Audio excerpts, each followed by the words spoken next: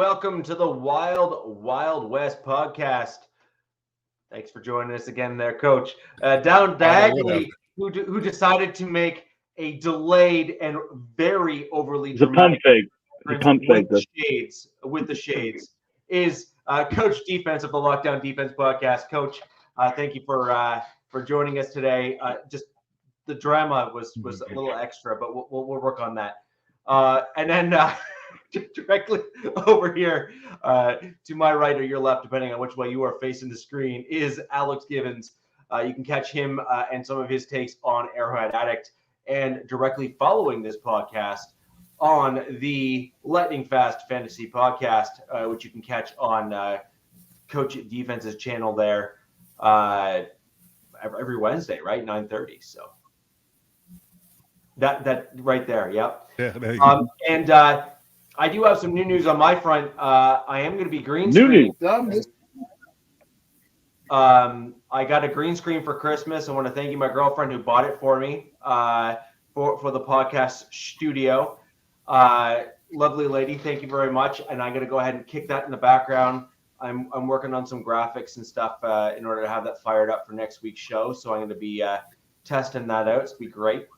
And ladies and gentlemen, obviously, last but not least, is the one and only Captain Jack of the Captain Jack Rackham YouTube channel. Catch him all the time, all over the place, and on most Sundays or whatever day of the week they're going ahead and airing those games. Another thing, just for all of us who are joining, or everyone who's joining us live, first off, thank you. But X or Twitter, whatever you want to call them, those comments are now free flowing. Look, we got one. First guy. There it is. Comments are back, baby. All right. So that was, I don't know, for those of you who are long-term friends of the show, we kept on kind of touting the fact that the Twitter comments or X comments couldn't flow through. Thank you to Elon for finally fixing the nonsense because, well, it was nonsense. And so it really does help the show and help all of us pull in all of your comments as they flow through, because we're basically losing a bunch of you, and we don't want that to happen. Yeah, it is, Ed. Hey man, the hater light is high, so I gotta wear my shades. I'm just blocking out the haters. Oh. Okay, and by the way, when I came on and I was on the phone, who was I on the phone with? Oh, not me. But put it back up. Put it back up. You was talking to Ed. You were talking to Ed. You weren't talking to your crotch. You were talking to Ed. Thank you. I was on the phone with I was hey, don't talk. I got something right here. I haven't done it in a while. Why do I tee you up? I don't know why I even do it. Yeah, I got enough by this point. Dude. I should. You're throwing beach balls out here. I really am. All three of you guys would say, how can we get Captain Jack to do something just seriously? I can't maybe that's the angle. Right we usually just have to get past about the 3-minute mark, and we're there. Hey, we're on 4, baby. We're there. We're good. It is. But it was that, and when the time comes, I will tell you what he said for me to tell you today. Fire away. Yeah, it's for you. Yeah, that's fine. So let's we're going to kick the show off with the recap of last week. Obviously, some pretty big news throughout both the games as well as ramifications after the games. And for those that are kind of we'll call it regular audience members of the show, last week a lot of foreshadowing occurred during the show because we actually spoke in a fair amount of depth in terms of what has now taken place, at least for my Denver Broncos, and we will definitely be covering that news later on in the show as well. Captain, let's go ahead and start with the Raiders in their game in which they played the Chiefs. Alex, good luck. I tell you, man, and I don't know. I have to practice. We talk about practice. Yes, again. But we talk about practice being as smug as I could be for this There show. we go. I don't have the time in the world. I am an old pirate. This salty dog has seen lots of heavy seas in his life. I don't have the time in my life to practice being as smug as I could be, because it was a wonderful, wonderful Hanukkah, Christmas, Festivus, Kwanzaa, every friggin' holiday that you can count that occurs at the end of the year. And I won't say the next one, because hopefully that'll actually happen next week, okay, or upcoming. What a game, baby! Who just won? Raiders! Yark! And there's not enough emotion. There's not enough time. I'd have to do another show, and I actually did after the last night. I don't have enough joy in my heart to say, and I have no problem admitting that I was crying at the end, because I was so damn happy. And this is true too. My son's dog pissed on the whatever that Come on. because I was screaming and loud, and it looked like I had Tourette's. And the dog must have said, like, who the is this guy? It scared the dog into peeing. She's never peed on the floor in my house ever. Thank God at least it was the floor and not the rug. Okay. And it was wonderful. So I will say this. As wonderful as the feeling is, there's nothing that I can say, and the glee in my heart, and I give it all. I give it all for Smugville. That man right there,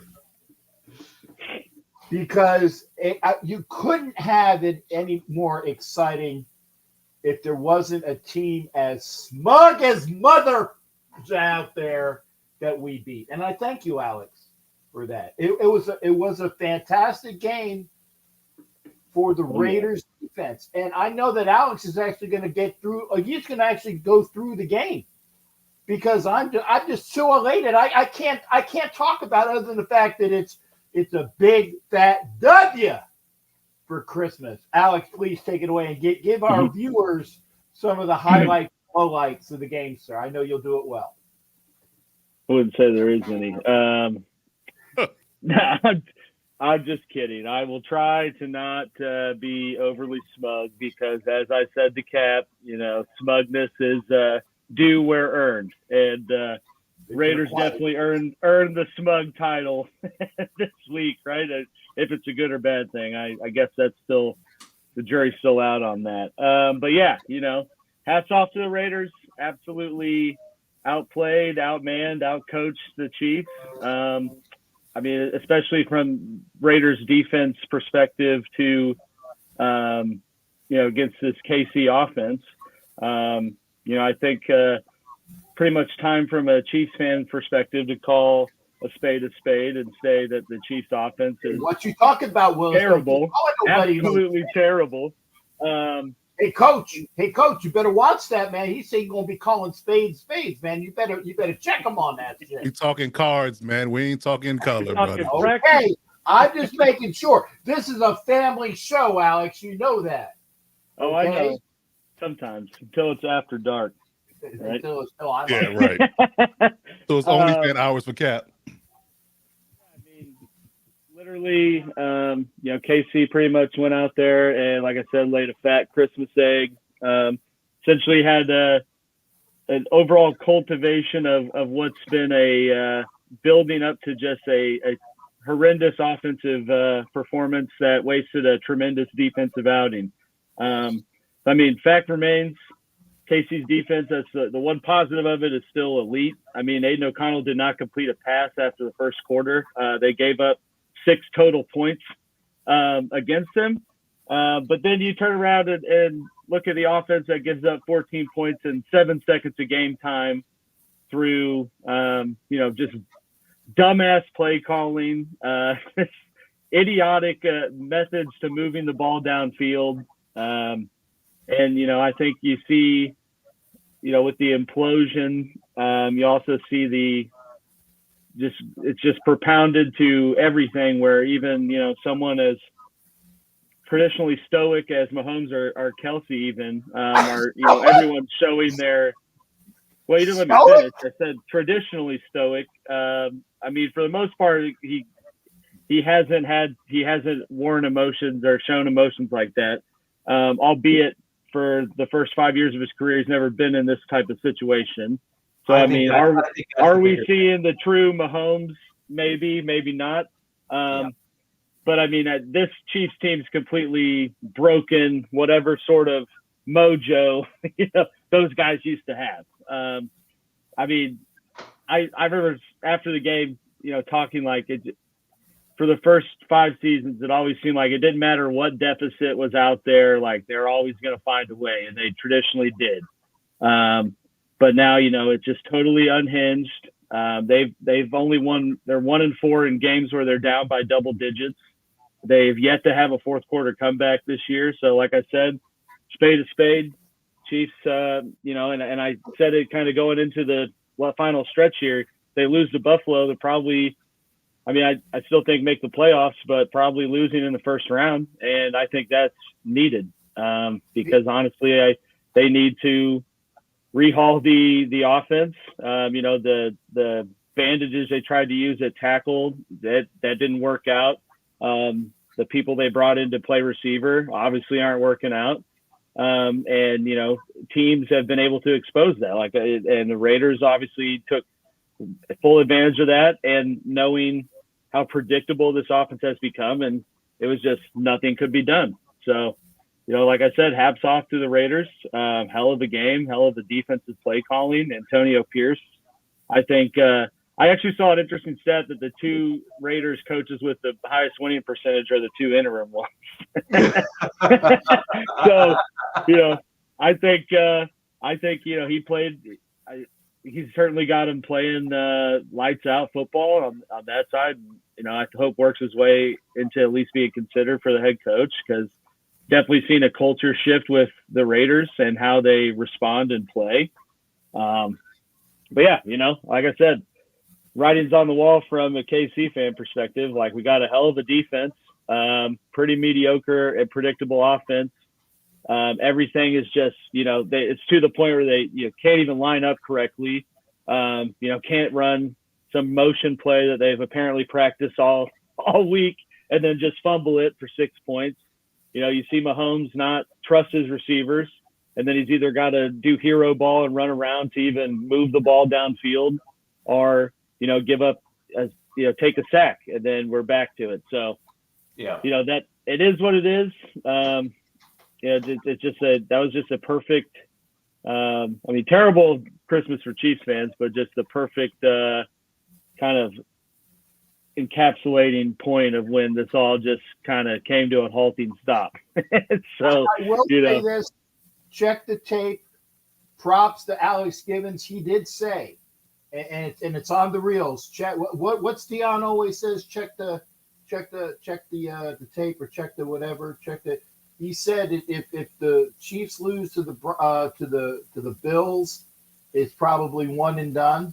Okay, and he said that I give him props for that. The best meme. Okay, 2 other things. I'm sorry. The best meme that I had, and I, if you saw it in my IG and my Facebook, was the one because Mahomes has that recent commercial says, "How do you give the Raiders 14 quick points? You bundle them," and then that's beautiful. You bundle them, and that was it. And I will say this as well, for all of those people that are blowing up Jack Jones for not giving the kid the football. He tried. Some old man tried to take it.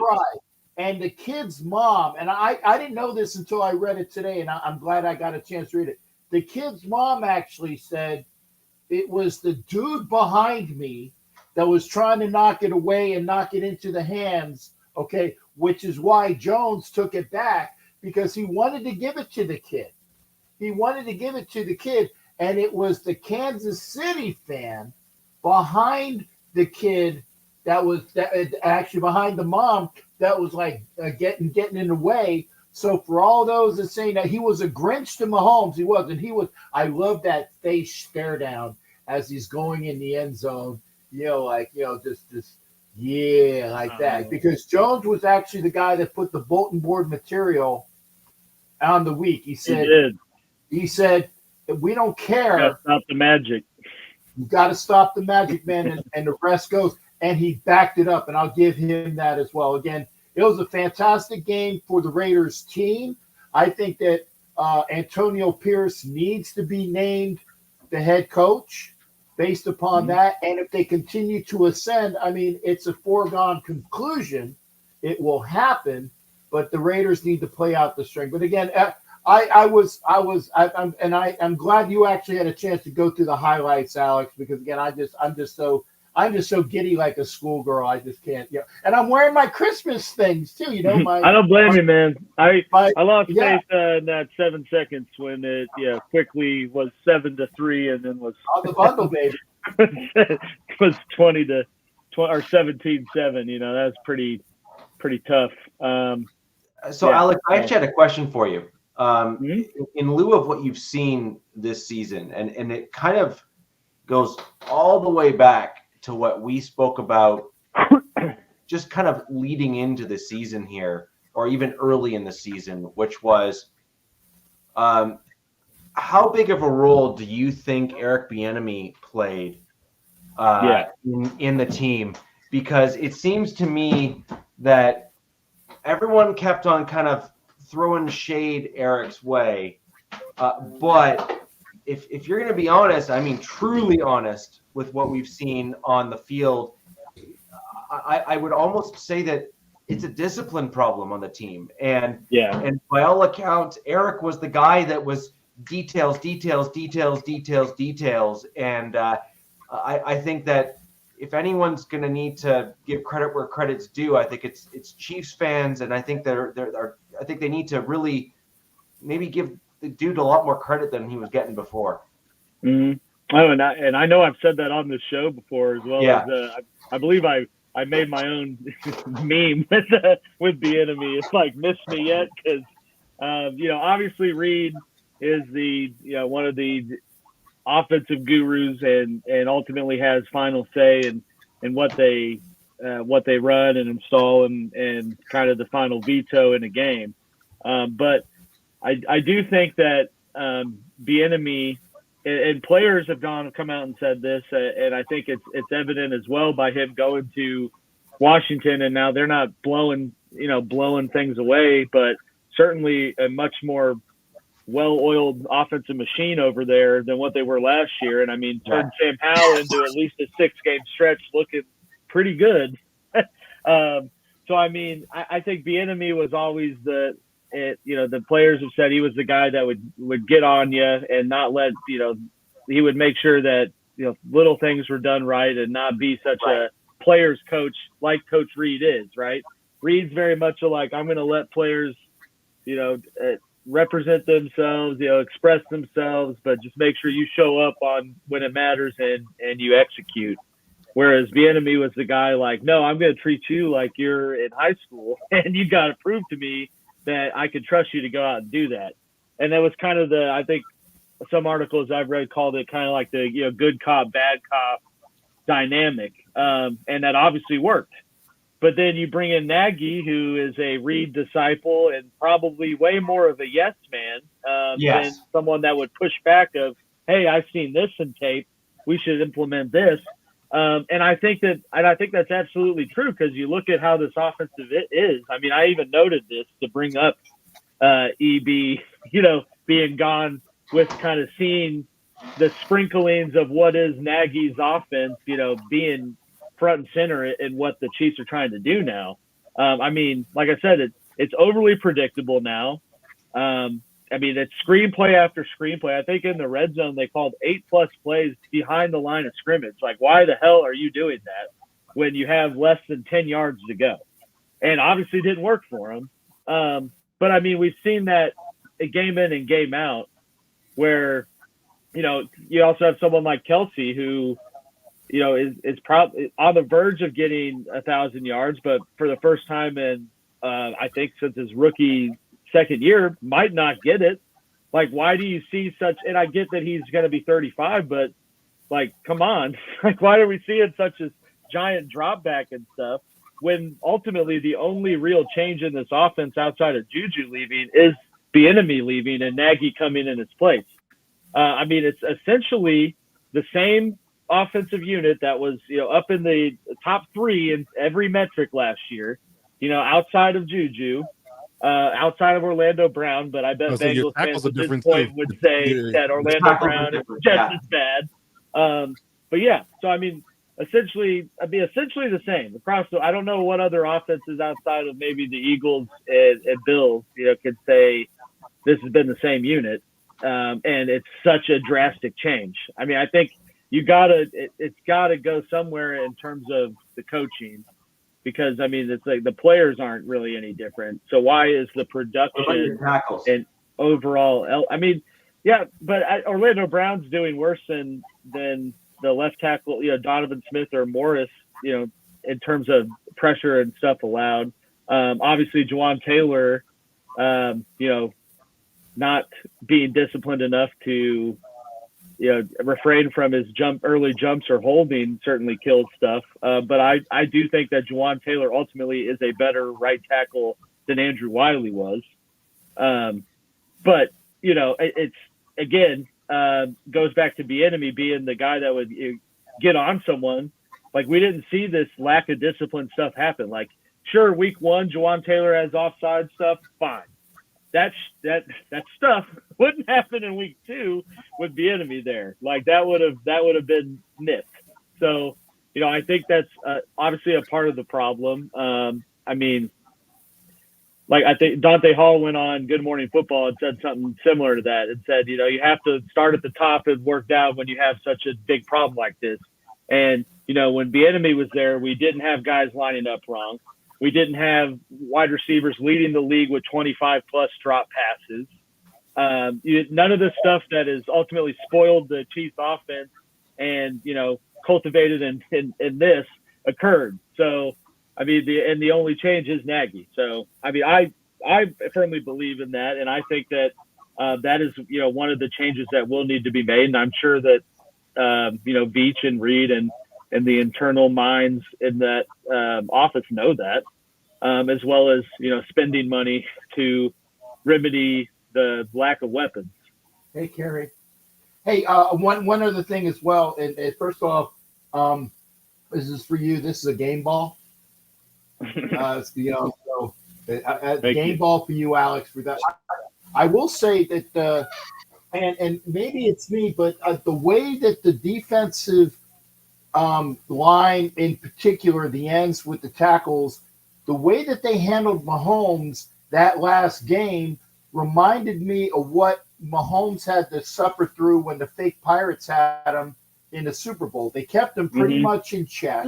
Okay, he did occasionally have to use his legs to run. He ran for at least 3, 4, 5 first downs because he was the leading rusher with 53 yards. That's how bad it was. He had him on lockdown in the back, so he was the only guy that was unaccounted for. But for the most part, they kept him where he had to do those short runs for the first downs. And so it was just amazing for me to see that, especially after the game in Vegas, where every time that, you know, when the Raiders were up 14-0, and then all of a sudden it's like it's tied and then we're losing. Okay. And that's why I said the Raiders have had the Chiefs number the time in Vegas, as well as the time in Kansas City last year. Now, granted, the time in Vegas last year, man, it was a slaughter. My God, it was a slaughter. So it was actually an entertaining game, and that's why I think that when the Raiders win on defense, we haven't won on defense since we were winning Super Bowls, and that's amazing right there. Yeah. No, and I do think Max Crosby is one of the more perfect edge defenders to go against Mahomes because the guy doesn't quit. So it's so hard for Mahomes to scramble around and do his magic when Crosby literally is going 110% for a damn full minute, wrapping around everyone. And so there was a couple times that he was able to get away, but honestly, I mean, that's been one of the better teams at keeping him from doing that stuff. And obviously, with sacks, the other guy had 3 sacks. Yeah, rolling him right into Cooks. And that's part of it. He knows where Crosby is. I mean, everyone does, right? And he's gonna try to stay away from him, but it's hard. It's hard to do that. Patriot. I think whatever team. I think when we saw what the enemy did with Howell and Washington, I think whatever team that's looking for its next, franchise staple QB, I think the enemy should be the forefront of the person you want to bring in to do that. And I mean, kudos to O'Connell for winning, but he's not your quarterback next year. So well, you know what? Probably true, but he's a damn good plug and play backup in a real offensive system.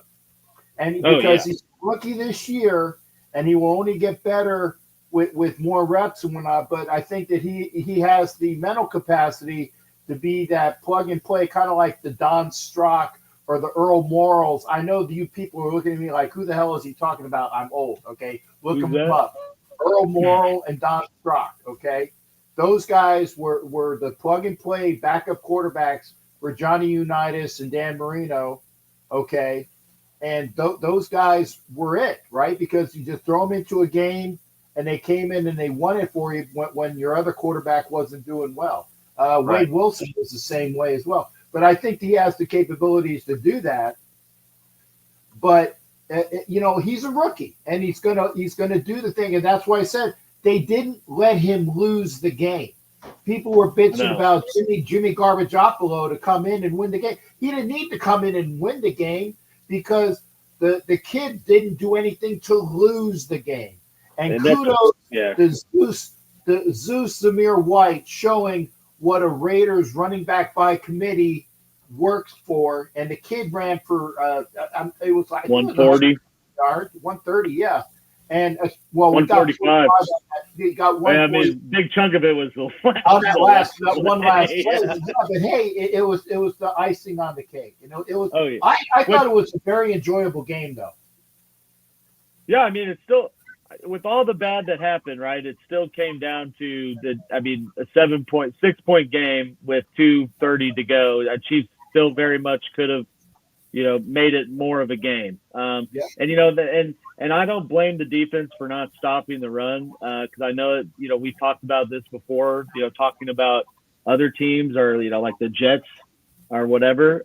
Your offense can only screw you over so many times before you're not like you can't help them out. It would have been perfect world great with how the defense was playing. They stop them and get the ball back with before the 2-minute warning and maybe make a drive. Probably not because they'd run 3 straight screens and then go for it on 4th down and Mahomes would throw it 5 yards past someone. But I understand why that didn't happen because it's just like, well, offense has screwed them over so many times this game. Like you can't, and they've been out there so many times.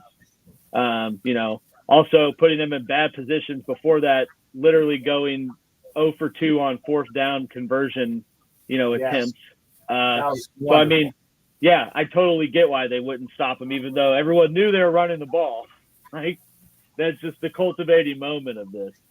But yeah, I mean, I don't know if it's a like pride thing or not, but it just seems that the Chiefs, from an offensive standpoint, can't understand that, hey, we have a top 5 defense that for the most part can kind of contain any offense and any team's number 1 wide receiver. Why can't we just develop a game plan where we don't put them in bad positions and instead we got to try to do all the same fancy crap we used to do with, the chicken turds instead of the chicken salad. So.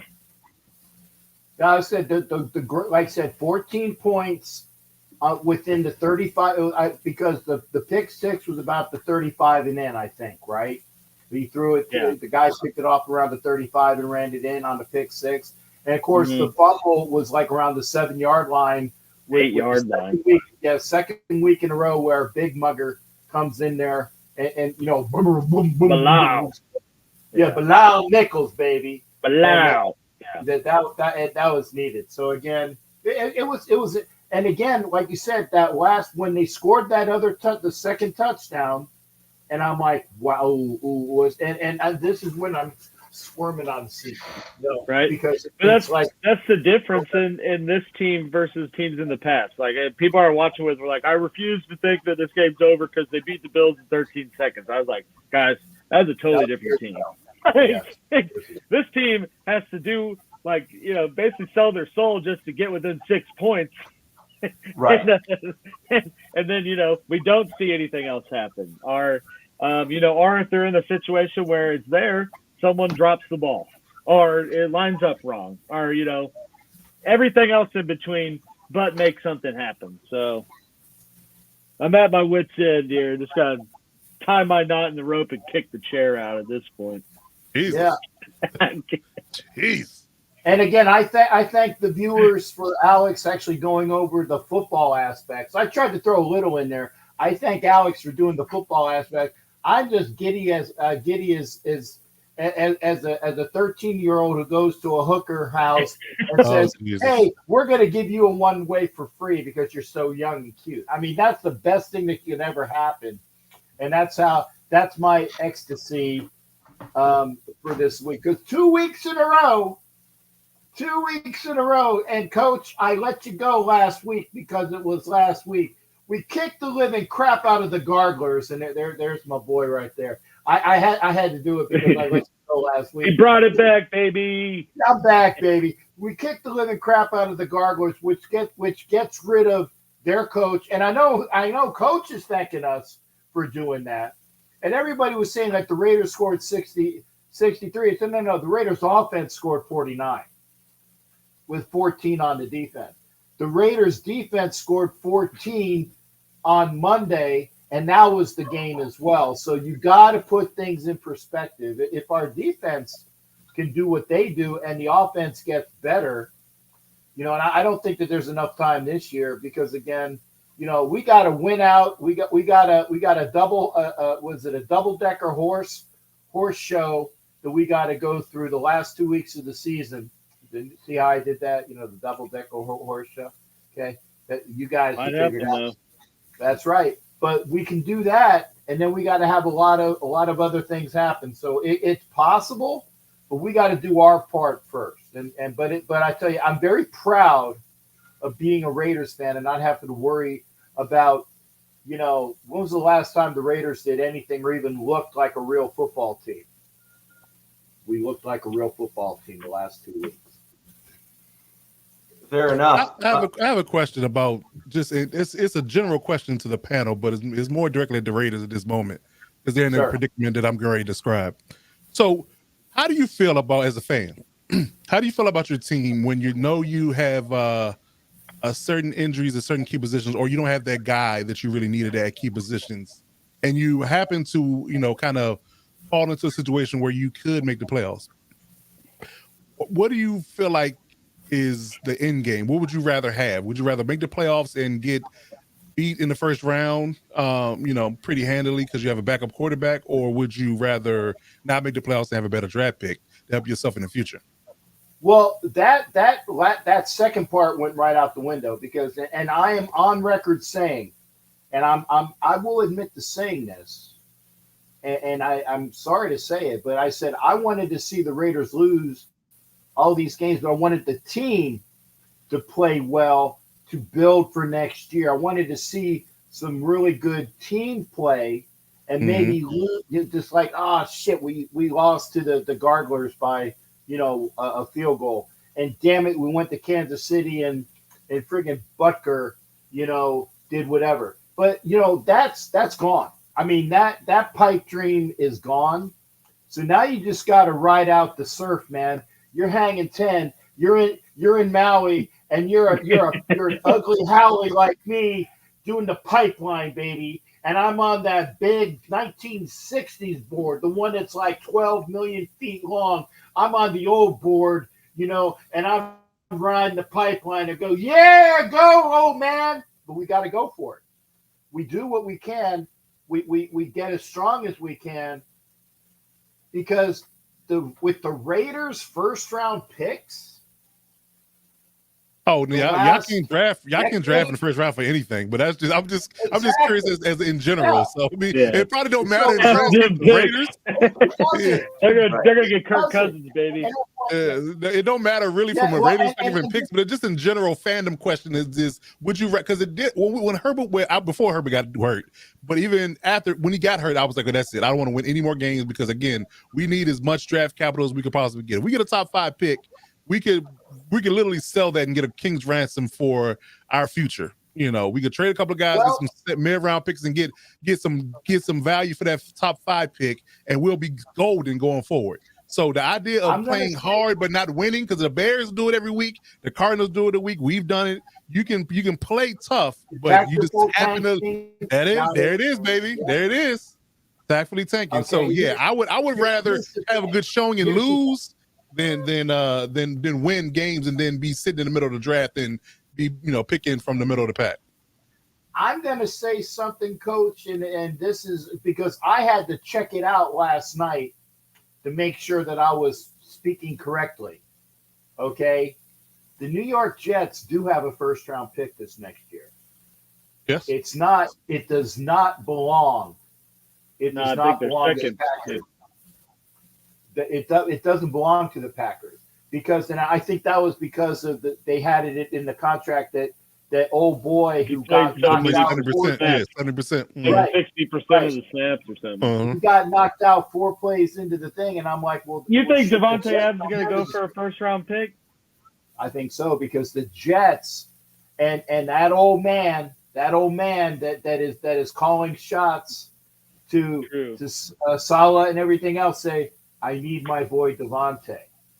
And if they do that, the Raiders say, yeah, we'll let you have Devontae for a 1 and a 3, and I think it'll happen. You're not going to. You think the Jets will? You think the Jets will trade a 1 and a 3 for Devontae? No. Yes. Nah, I highly doubt that. I think so. I think you'll have to take Lazard, Cobb, and right. You have to take all the other. Yeah. They screwed themselves, kind of like this guy kind of did on certain draft picks for and collateral for one player, and we'll obviously get into that later in the show. Oh, the Russell Wilson trade, yeah. Okay, because they got screwed into doing this is because of one player or one entity saying what they could do. I firmly believe that guy who is the forgotten member of the Allstate, right? Or the State Farm, Allstate, State Farm, whatever. The forgotten member of the State Farm production crew, because he hasn't done diddly this year, is going to say, I want Adams. He's out. I want Adams. And if he's still there, they're gonna get Adams, and it's going to cost them a penny. I'm not sure. Good luck. I'm not sure if that's the case. The other thing is that I don't think you're going to get anything to the level you think you're going to get for him because of the contract. Not contract and age. Yeah, let's move over those on there. Contract and age. Well, that remains to be seen. And stats this year. The last 2 years. I mean, they've been down in comparison with Green Bay stats, man. Because he's in a Mickey Mouse offense, courtesy of Nick Fired. Hey, you're not a victim. You're a volunteer. You signed up for that. Hey, we did. But look at the stats and how everybody went down because and that's the offense we're still in now. We're in the McFired offense with a few tweaks from some people. I think they said Matt Gase might be helping out. That there are other people that are helping out with Bo, our Bo Hardigree, who's our offensive coordinator. He's setting himself up for later. but they have some tweaks and whatnot. Hell, the friggin' Chiefs did a tweak of the touchdown the Raiders had the week prior with was it Pacheco that did that one? Yeah, it was a Raiders. Well, granted, I'm sure that Andy Reid had it in his barrel somewhere. Okay, but the Raiders did it the week prior. Okay, so the offense is a Mickey Mouse offense that we have to play out the string with. Okay, that's why I said if the Raiders, it's a big if, and I sound like the guy in the movie Apocalypse. Is it Apocalypse now? Yeah. Remember, man, the two middle initials of life is if. Yeah, big ifs. The Raiders do what they can. You know, really casting out for that movie reference. Well, I'm just saying, man. But hey, you know, when you have Dennis Hopper playing that role, that I effed up the line, but that's true. Okay. And by the way, for those that don't know, almost every bit of that movie where Marlon Brando spoke was all ad lib. All of it. And Dennis Hopper, for that matter. That last half of the movie, they just turned on the rolls, said, "Let them talk." So I wanted to quickly jump in on absolutely Bawana. Yeah, so I wanted to jump in on we're not better than the, we're not worse than the NFC South. Though. I just want to put that out there. No, we're damn close though. So, Coach, I wanted to answer your question and then throw over to you. I do think that it really puts you in a difficult spot when you are thin at a specific position. And, for example, I'll kind of throw over to your Chargers here, and I think it's a great segue for you to kind of look at, which is you're never going to have a quarterback on your roster who's as good as your starter. It's just not going to happen. However, when you have such a precipitous drop-off between your starter and your backup, which is what the Chargers' current position is right now, you're just basically saying, and we're done, right? And that is why you're starting to see this huge trend in the NFL of acquiring these upper kind of 1B type quarterbacks as backups when the team is perhaps in contention. So that's a huge trend that we're seeing in the NFL right now. And I also think the Chargers have found out the hard way that when you lose your starting center, who is so critical on the offensive side of the ball, that the odds of you being able to replace him is virtually nil. It just is. It's virtually nil. And so you guys have now lost both your starting quarterback and your starting center. And I would argue that that's a byproduct of one or the other. One, by losing Lindsey, lost Herbert because they couldn't protect him after Lindsey was gone. Yeah, exactly. Yeah. So I think that's a big deal, and I think that's a really interesting point, and I certainly kind of agree with that as your kind of leading question there that you kind of asked to the panel. So I definitely do agree. With that in mind, let's hear what the Chargers game and all that stuff, and right in the middle of the show, we'll dig right into the Broncos news and the Broncos game because I think they kind of do directly correlate and tie together. You want me to discuss the game? Do I have to? No, Chargers lost. It's done. Yeah, Chargers lost. We're on the next week. But yeah, I do think there's one thing that's glaring. Cool Cat, what's happening? I do think that you can see the difference in effort from week to week. Like I think it's pretty clear what I alluded to last week about the fact that they just flat out gave up on Staley and they wanted him gone. They had enough. It was one of those things. I've reached my boiling point in this abusive relationship, and we've got to just cut bait and do whatever we got to do, whatever grandiose, act of whatever I need to do to get him gone. It's the reason why they completely and utterly, took the foot off the gas or lack thereup of effort when it came down to last week's game. I agree. They played the Bills completely tough. Go ahead. Can we throw back to a comment? Up here, we threw a comment on the screen about the Stewart here, this one here. I think this comment is somewhat fitting to what you just said, and I think that this would be a good tie-in for this comment here. And Stu is right on that. I disagree actually with Stewart, and I think that if he's being honest with himself, that he would agree with what Coach just said. When you I think in our situation is completely differently. You know, than if you know the coach is going to be there, you're not worried about the coach per se. You just know your season is lost. Like if you're 5 and whatever at like week 15, then you know it's over. Like you might be playing to put decent tape out there and different product for your individual self and your individual performances, but you're not worried about winning.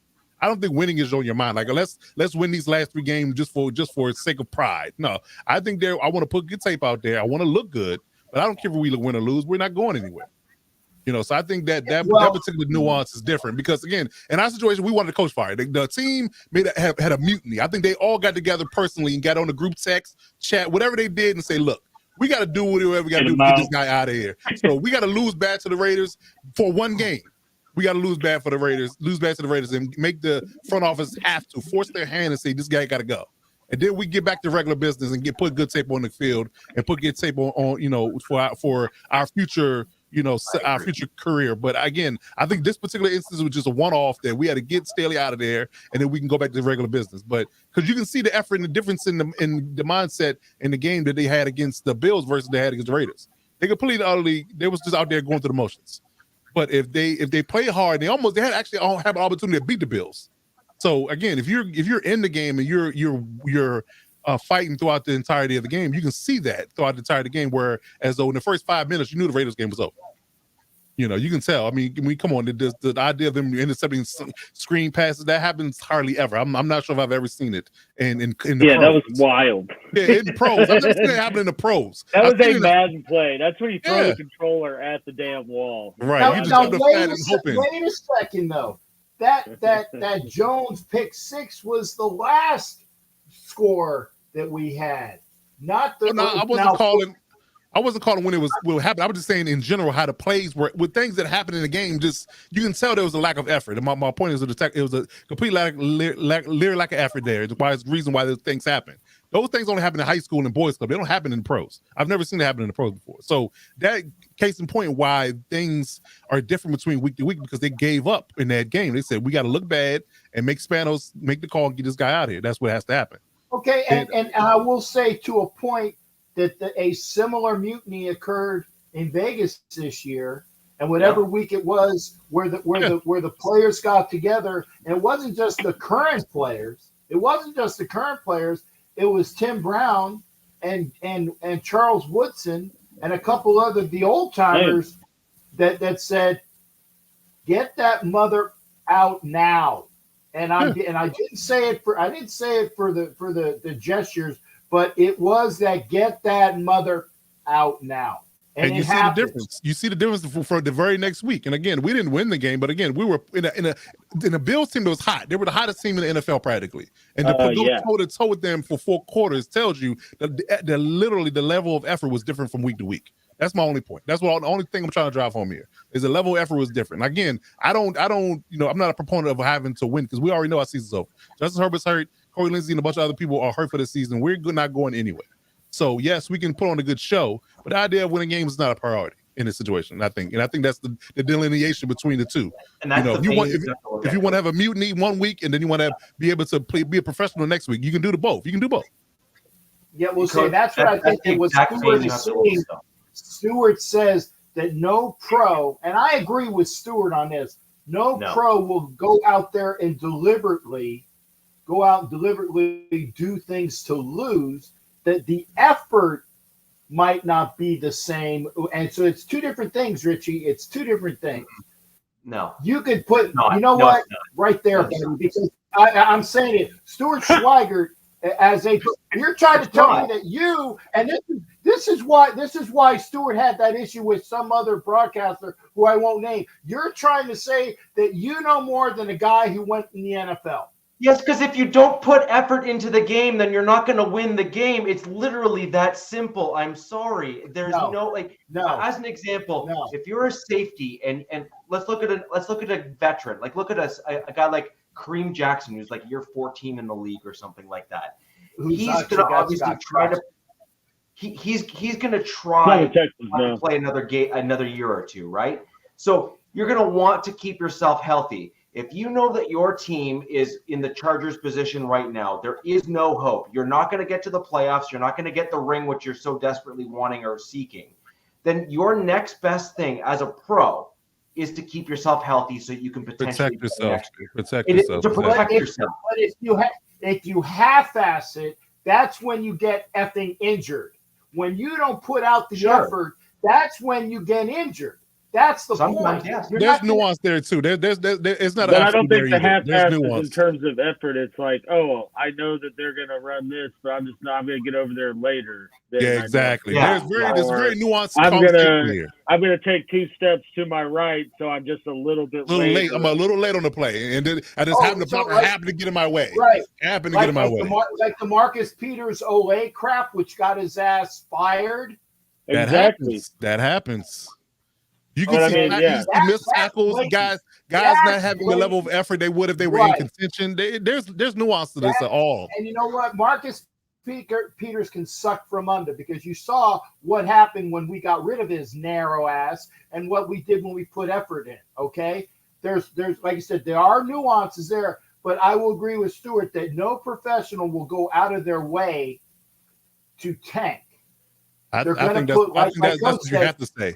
You have to say that as a professional. Okay. You don't want to go out there and say that admittedly. I mean, that's like the Dolphins, right? A few years ago, when they were clearly trying to be bad to get to it, but they weren't saying that out loud. Everybody knew that. Everybody knew it. Brought it up, and then that's one of the reasons why he has that big settlement with the team, because he was correct. Yeah, I'm just saying. But the players it happens. As a former athlete, as a coach, I know exactly when people are dogging and when they're giving a lot of effort. It's a very nuanced situation. Here, Coach, this is really the way I look at it. If the players are not putting 100% effort in, you need to look no further than the last game of McDaniels and the first game of Antonio Pierce. It was totally different. I mean, you were literally a different team, and you had all of the same players. And they almost beat the Bills. And the last game that the Chargers played was Staley, and then the game that they just played, you were literally looking at the exact same players. We were leading in points of this game. We were leading the game. Like we were beating the Bills with a backup quarterback and a bunch of backup receivers. Right, night and day. I'm like that's my point, right? Is you're talking professional players, clear difference in effort, and I'm sorry, but you cannot tell me that that's not done on purpose. They're just not liking the circumstances and scenarios, so they're not feeling invigorated. They're not wanting to play. They're not going to play. They're gonna accidentally get there a little bit late. Now they're not going to be as blatant as Peters by basically saying like hooray! Like they're not going to be like that. But Peters is just a head case, man. That guy always has been. My point is that it may not be a Marcus Peters blatancy in terms of what you see on the field, but it's certainly going to be noticeable when you know what you're looking at and when you're looking for. And you look no further than what the Raiders are right now. You have a new coach in place. The players want to play for him, and they are showing out to play for him. Yet you have all the same players on the team. So why didn't you have that result before? Okay, and I want to ask Coach what Dark was asking. So you're saying that they lost deliberately so bad that they gave the game away to the Raiders, that the Raiders didn't deserve any of that? I'm not taking any credit from the Raiders. Y'all misconstruing my point. It doesn't matter. Well, it could have been the Chiefs. I wanted to ask. It could have been the Chiefs when we were playing. We could have been the Broncos. It mattered who the opponent was. It couldn't just been the Jets.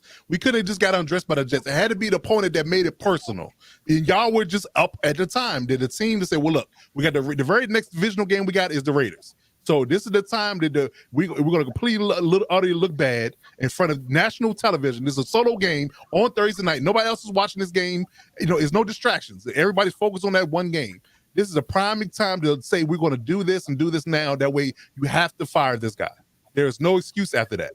You have to pull the plug. It's just an opportunity that they seized. It doesn't matter was the Raiders, the Broncos, or the Chiefs, but it had to be a personal moment in time where the Spanos family was completely utterly embarrassed on national television by their football team, and they feel like it was a coach that had to lay on the sword for it. It has nothing to do with the Raiders. I'm not taking anything away from the Raiders. The Spanos family has been embarrassed about that excrement that they've been putting on the field since San Diego. So don't tell me, Grant, it was like you said, it was the cherry on top. But you mean to tell me that the Spanos family gives a crap?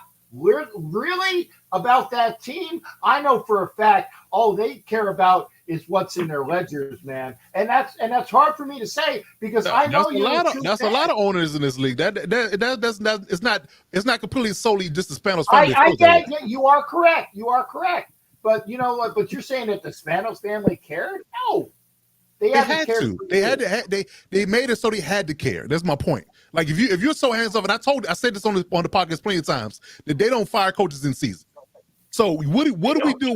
We know that everybody in the world knows that. Point to point that out. I had to make an overarching and overwhelming point that they have to do this now. We cannot wait any longer. Forget to the end of the season. He has to go. That's the point.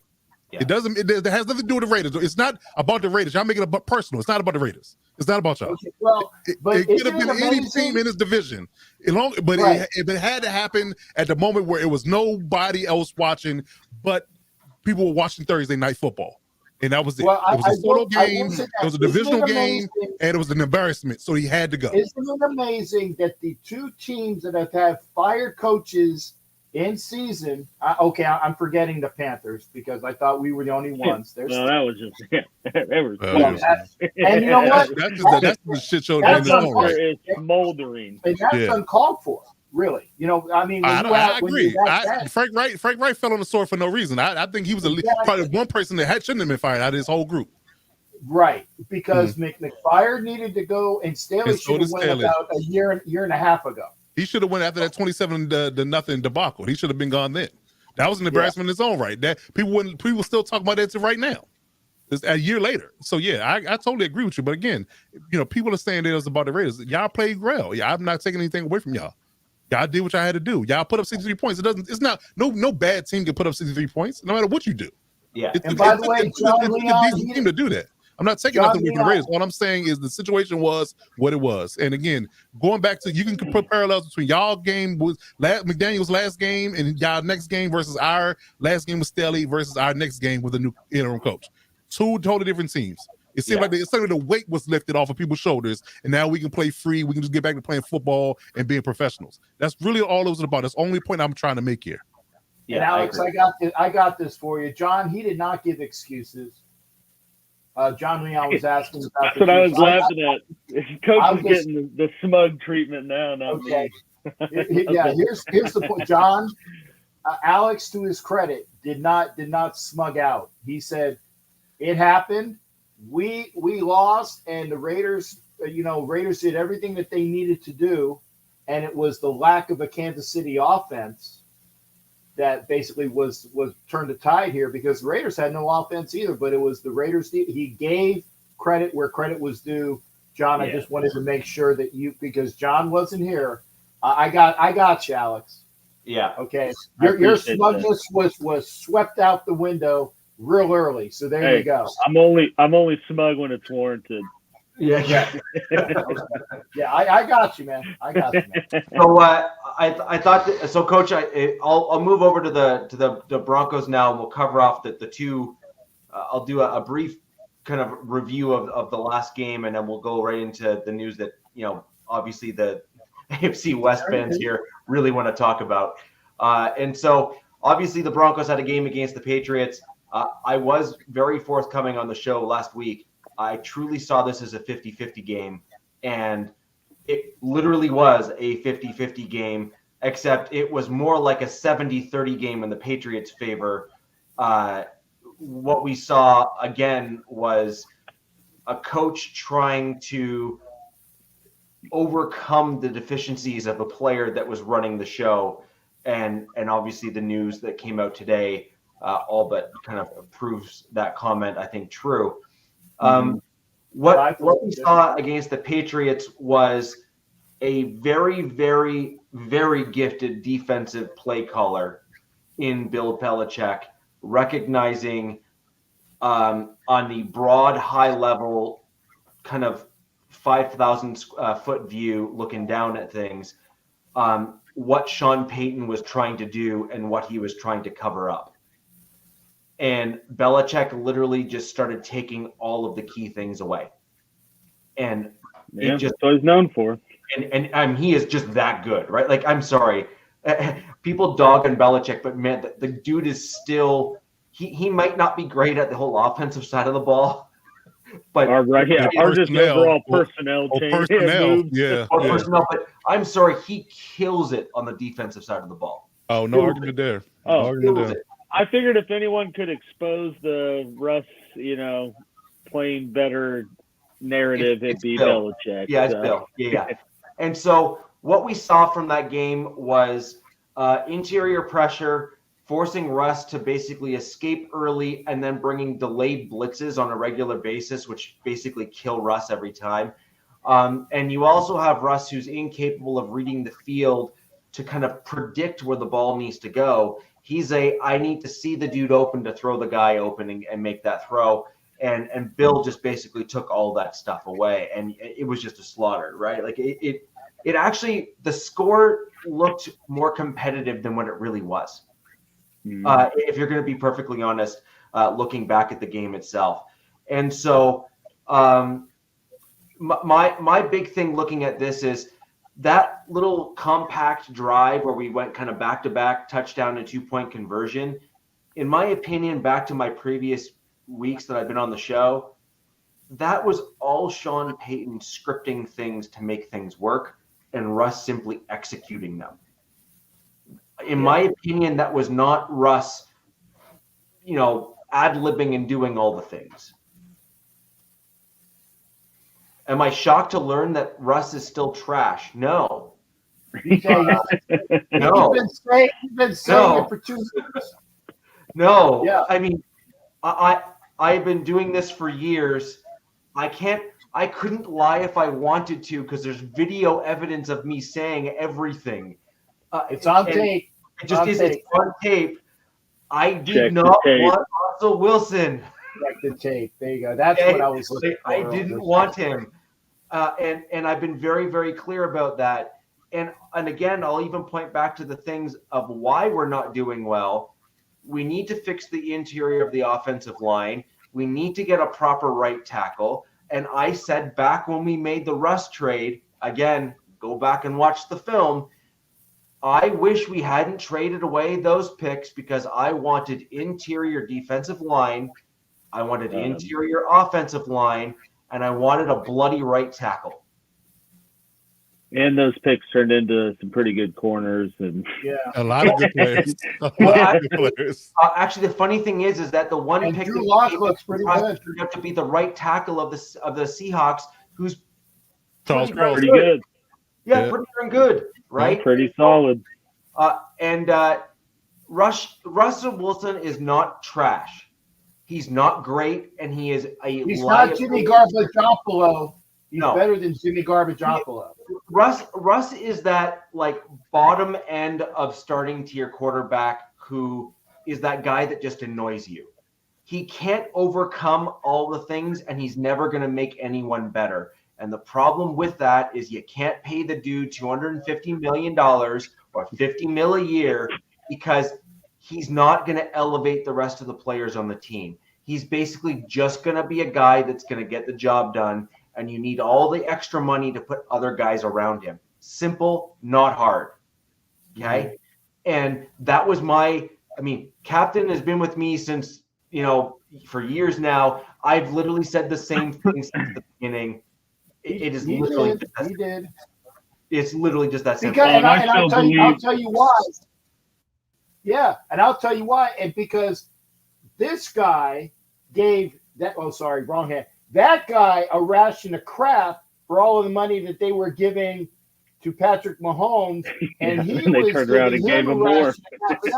and then he's like, when Alex got a chance to say shoes on the other foot, he said, "How you like me now, bitch?" Because respectfully, of course. Yes. Yeah. With respect. Oh, and I still believe that Denver made all the moves they did last year to do what the Jets did this last offseason and get Rodgers. That fell through, and they said, "Well, crap, we need to get something. We need to make some kind of splash at QB." And Russ was option 1B. which unfortunately, just didn't pan out. And I always think Russ, I mean, he's always been a good QB, but I think his success, he was given more credit than what was due to him due to the Legion of Boom and, Marshawn Lynch and other components around him that people kind of forgot about. Because once you saw those things fall off, it wasn't like Seattle was still up in the upper echelon of competing to get to the Super Bowl every year. They were double-digit wins. They were double-digit. Well, yeah, wins. but at that time, the NFC West was pretty trash. I mean, the 49ers weren't good. The Rams weren't good. The Cardinals still sucked. But it's not like they got to the playoffs and were in the NFC Championship, every year. So I think, that he kind of got more credit that. And now that you take some of those components away on top of putting them in a new scheme and with a new coach who, has different ideologies than typically how Russ plays, just don't see the same product on the field. The short answer to this question would be Justin Fields. I believe at least he can run. So, and I'm gonna preface it based on who the head coach is, and I think this is important. Yeah. Sean Payton clearly liked Drew Brees, but really wanted Drew Brees to be more mobile and accurate in order to expand the playbook on the offensive side of the ball. Sean Payton can certainly see which way the wind is blowing when it comes to the offensive side of the ball. And also, because all the rules completely favor the quarterback and basically force defenders to, rest their head down on a pillow before they ask him to take a sack, it literally lends itself to a guy like Justin Fields who can scramble when needed, run when needed, but also has the ability to throw the ball both intermediate and deep routes as required. And I think Justin Fields is a guy that can kind of facilitate and do those sorts of things. Yeah. When you look at both of them too, and they both are not good at reading the field, right. But at least Fields has the athleticism to move the ball. Right. And so, I mean, if you're saying would I have to take one or the other, I think if I had the option of is there a door C, I would probably say, depending on what's behind door C, I would probably be more interested in that. Because I think what we're seeing as a Denver Broncos fan right now is having kind of, when you juxtapose like a guy like Peyton Manning, which is an unfair comparison to any other quarterback, but let's just use it anyway. He could literally scan the field and I already know 5 routes that I'm going to in like a millisecond. It was really remarkable to see kind of the processing level. You could change plays just based on how they were aligned. I mean. Exactly. And Russ doesn't do it, right? Russ can't see the field. He can't adjust. He can't do any of those sorts of things. And Justin Fields has all of the same issues that Russ does when it comes to reading what's on the field, no pun intended. And so I think that's a bit of an issue or a big issue. And so I think that door C would be the better option for the Broncos. But if those are my 2 options, I'm going youth and options rather than a guy that I've already seen the limitations of. Justin's cheaper too. Well, and also on capital that you'd have to give up, right? Because the Broncos need so much more than just a quarterback. That again, we've already seen how that plays out when you sell the farm to get a quarterback, and it works out well the way we're in right now. Not a good thing. What I've been basically screaming from the rooftops from since the day we got Russell Wilson was no. You need to build both the defensive line and the offensive line first, and then you sell the farm to bring the quarterback in, because then you don't need all of those picks in order to bolster your roster. Whereas right now the Broncos did it in reverse, and let's just say it didn't work out particularly well. And actually, here's my question with you. I give the Chargers credit because that's what they kind of did, because they built their team up before they brought Herbert in, saying we got a team for you, and it's worked out minus some really crappy coaching. Well, luckily they had Rivers too until they decided they didn't want him anymore. They had a whole football team with Rivers and his kids. All they had to do was put the kids in. And he play offense, defense, and special teams, man. So question for you, Richie. Obviously, the benching foretelling to some degree that they don't plan to move on with Russ. Do you think it's a cut thing, or they're good? I mean, do you think there's a trade suitor out there, and what team do you think that would be? I think there are very, very few trade partners, and I mean very few trade partners for Russ. I mean, it may be, you know what it might be? I think it might be a scenario where the Broncos pull what the Texans did with Brock Osweiler. I'm thinking that the Broncos may package a pick with Russ in order to allow someone to trade for him. So like something like package like a fourth or a third to say, take his contract, please. I'm just trying to think of what teams, because I think like the Commanders maybe. Yeah. The Commanders might be like one. Giants wouldn't do it because they paid Jones, so they're not. They need to do it though. They need to do something else. Yeah. They need something. Maybe Atlanta might do that. Who knows? There's like 3 or 4 teams that are in that kind of spot, right? And Atlanta's an interesting one as well because they're playing well enough that they're not going to be able to be drafting high enough.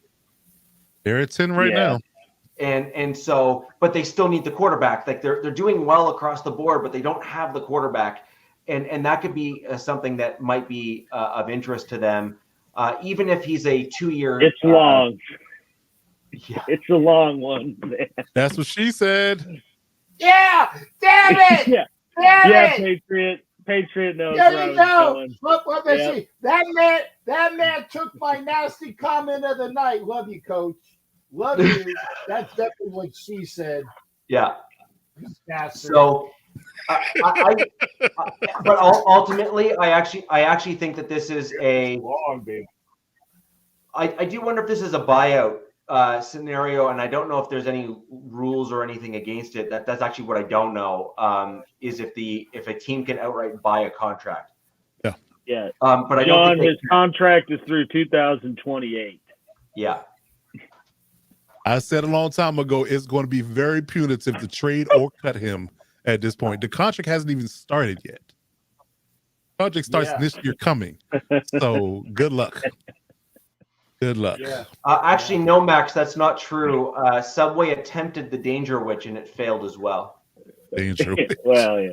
That was just a terrible commercial. I don't know. Yes, it was. Going to be good. Yes, it didn't last long, right? I think Russ made that a commercial himself. I think he went in and said, "Hey, I got a better idea. My guys put this together. Let's do this." I have no clue what you're talking about. I must have missed that day of school. Seriously. Oh man, you're lucky. You need to look it up. This is from Albert Breer himself. So presumably Russell Wilson is cut. His deal will cost the Broncos $124 million for 2 years, when he was already under contract for those years at the time of the trade for $51 million at a $73 million Perfect timing, Patriot. Perfect timing, Patriot. Exactly. Hey, it's only going to cost the Raiders. It's a write-off. No, that's the thing. This isn't the NBA. The NBA is about how much money you have. The NFL is how much cap money you have. That is there's a very big difference in that. At least Garbaciopoulos is going to be cut post June 1st, so it's 13 and 13 because he's on a 26. That is that's a far different cry than 124 million. I got you. And Coach, what was the 30 million for JT Jack? You got rid of that crap too, and you didn't care. You wanted him gone. But that's a $30 million cap hit versus one. That's a whole different conversation. You talking about one of the most lucrative contracts in the league. Yes. I got you. I'm not crying. What we need to do is the NFL needs to bring in an expansion team. They'll just forcefully make them take Russ, put them in Mexico City. We'll forget about them. And then we're good. So Spot Track has an 85 million dead cap. Well. Spot Track has it as an 85 million dead cap right now. No, so cutting him, It says if you cut him in 2023, it's 107. But if you keep him until the beginning of the 2024 year, is as I'm reading it, assuming I'm March. correct in how I'm reading it, Which starts in March. which is March. Yes. So you basically wait till March 1st and then cut him. Then it's an 85 million dead cap. Now, I mean, by the way, I'm not saying, hey, that's so much better. No, it's not. 85 is better than 120, though. I mean, but still. It's better than 120 and it's better than 107. But it's still bad. It's all bad. It's just bad. Yeah, it's just bad. So for those of you who are wondering why the Broncos are doing what they're doing, if Russ gets hurt in this season, it guarantees his salary for the next 2 seasons, which is detrimental to the team, especially if they know that they're likely not wanting him to stay on the roster, at which point it's going to cost them more than 85 million. So it's basically this piece that is, you're kind of damned if you do and you're damned if you don't. So you may as well take the most cost-effective option. Did you read Don's post? Did you read Don's post about the rift between the front office and Russ? Peyton they and the asked front office him with to the drop Russ. the guarantees. Yeah, and he said no. Kick rocks. Yeah. Eat sand. I mean, but why would I do that? Why would I do that as a player? Why would I do that? Yeah. And hey, Russ, we'll let you play if you don't guarantee your money. Right. Okay, yeah. Okay. Well, yeah. F you. Behind this offensive line, sure. Yeah, sure. Yeah, that's gonna happen. And I also seem to recall that there was a team last year. I can't remember who it was. That was the Raiders. Quiet. You're stealing the punchline, mother. Okay. That they shit canned their quarterback for the last 2 years after Christmas, so that they would ensure that God forbid they got a hangnail. That they got a hangnail that they wouldn't have to pay him. So somebody else picked up that grad awful contract. By the way, did you see the picture of the Saints fan where he has the car jersey? It says used car I saw that for sale. I put it on there, man. So again, I'm gonna use this again. How you like me now, bitch? There you go. I think what's really apparent here is that we're living in a simulation, because this time last year Carr was benched for Stidham. This time this year, Wilson's benched for Stidham. We're in the Matrix. We are. Yes. We all have batteries in our back. We're living in the Matrix. Wake up. Yeah. Now, the one thing that I will say that hasn't really been discussed all that much within Broncos country, and I think it needs to be discussed more, is the new Powers, who I was actually quite keen on in the offseason, I thought would be playing better, is not. Yeah. Well, he certainly does know Kung Fu. But in terms of the Broncos' moves in the offseason, McGlinchey has been absolutely trash at right tackle. He is not good, just not good. And then Powers, who I actually thought would be much better than he has not been great. And then Russell Wilson's contract. Those are 3 big-time contracts that were signed in the offseason by our current GM. And I think that there does need to be some long, hard discussions in terms of what's happening here in terms of getting him out. If he's going to be signing these big contracts using all this, Walmart money, as previous comments have said there, that they need to be solid contracts, and you need to get solid players that fit the scheme that you're trying to work within. You don't go sign these mega deal contracts if these guys don't fit the scheme. You don't do it. You're killing the team. And before they take a snap for you in the game. No, to the question below. John, the answer is no. So let me ask this question. Who do you want a quarterback? Who would be your ideal choice? Give me 3. Top 3. Top 3. Williams. Realistically. What's their projected pick? Hold on. Jacoby Brissett? Jacoby Brissett would be a pretty solid one for Sean Payton offense. Okay. I actually think that Stidham would actually not be a bad quarterback for the Sean Payton offense, to be quite honest. I think he is capable enough to shimmy shake when needed, but he doesn't break the pocket like Wilson does when he sees ghosts, which is what Russ is doing right now. And so I actually think Stidham could actually be a pretty solid quarterback, and it'll be very interesting to see kind of what he looks like in the offense. I will give Stidham some leeway in the first little bit here. One, he hasn't played a tremendous amount of football this year, so he's going to take some time to kind of get back into a groove. And also, he's got two positions on the offensive line that are just simply not playing well enough to protect appropriately. So he's going to be kind of constantly with his head on a swivel until those positions are corrected. Hey, Richie, I was going to say the same thing happened last year, and Stidham gave the Niners the best game that they had pre-playoffs. Yep.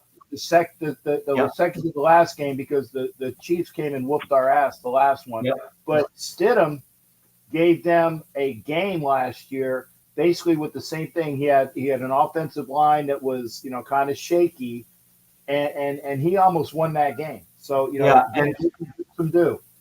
And let me ask you this, Richie: are your QBs from the mindset of kind of next year will be? We'll see what happens, but hope that maybe we're in the top 5 and can reset with a generational talent, or that you just think someone other than Russell Wilson can be more successful? I actually think what the challenge that we have is that Sean Payton is kind of like the Bill Belichick on the offensive side of the ball. And that, I think, is going to be a problem for the Broncos. When you've seen, like, at the beginning of the year, for what it's worth, this is what my take is of what's happened in the year. Sean Payton came in and the ownership said, hey, we've got guys that were already here that we think know what they're doing. Right? That's going to happen.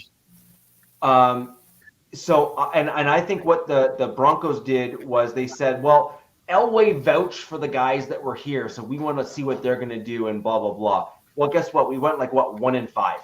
So then Sean Payton basically told the owners in the front office, the ownership group, had said, they don't know what they're doing. We need to do it my way. And then I think that after that kind of Dolphins loss, Payton said, okay, can we finally do it my way, please? And I think you had Vance Joseph and you had Sean Payton take control of the roster and stuff. And that's where you see the major turnaround.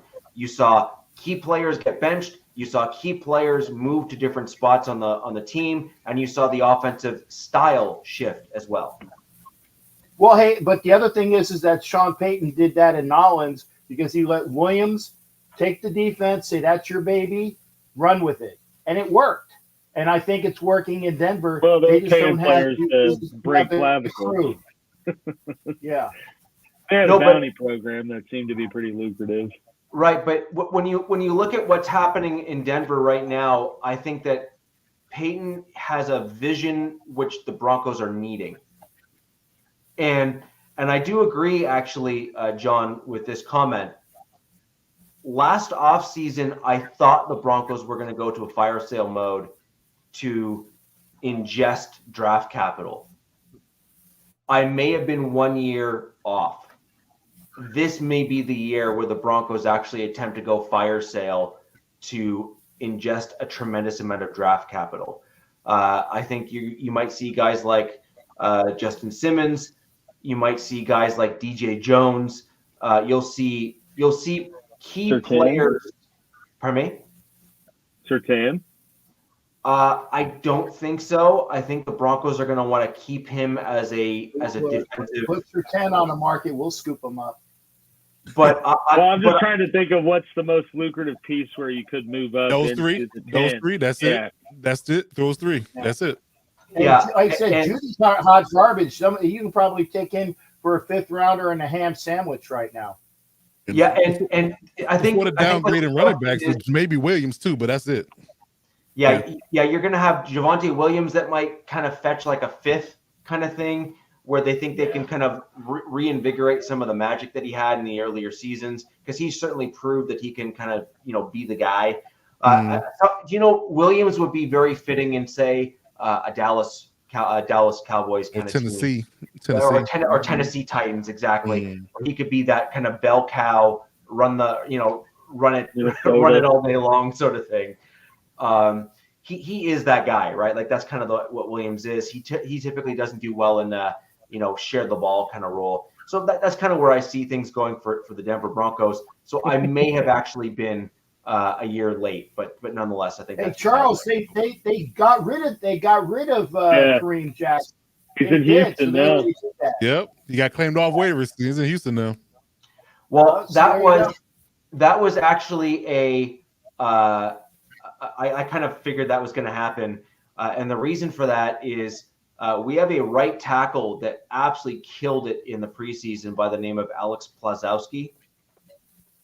And I believe that he's going to be plugged in at the right tackle either this next game, Coach. When we play, we're going to talk about that coming up when we play when our two teams face off. Are there games this week? I'm sorry, I've been Yeah, see, that's the problem. So, you don't even you're so high on your horse, you don't even realize what's going on next week. I see. Yeah. Oh, I do. And so I could see Plazowski's plugging in the Chargers game. I could also see him at minimum coming in the last game of the season when he's back from injury there. And I could see that being a guy that Peyton is quite keen on seeing get some gameplay. We also have Greg Dulcich, who I also believe will be a trade piece this offseason. And I believe Sean Payton wants him to come back from IR to put out, as we were talking about, good tape at the end of the year to try to see if he can't fetch like a third or a fourth despite his injury history. Because there's a coach out there that says, oh, don't worry, we got a great trainer and I know what we're doing. So, I think that he's a guy that could be trade bait for another team as well for, a fourth or a fifth. But I think this might be the year. I was thinking it would be last off season when the Broncos were going to fire sale a bunch of players.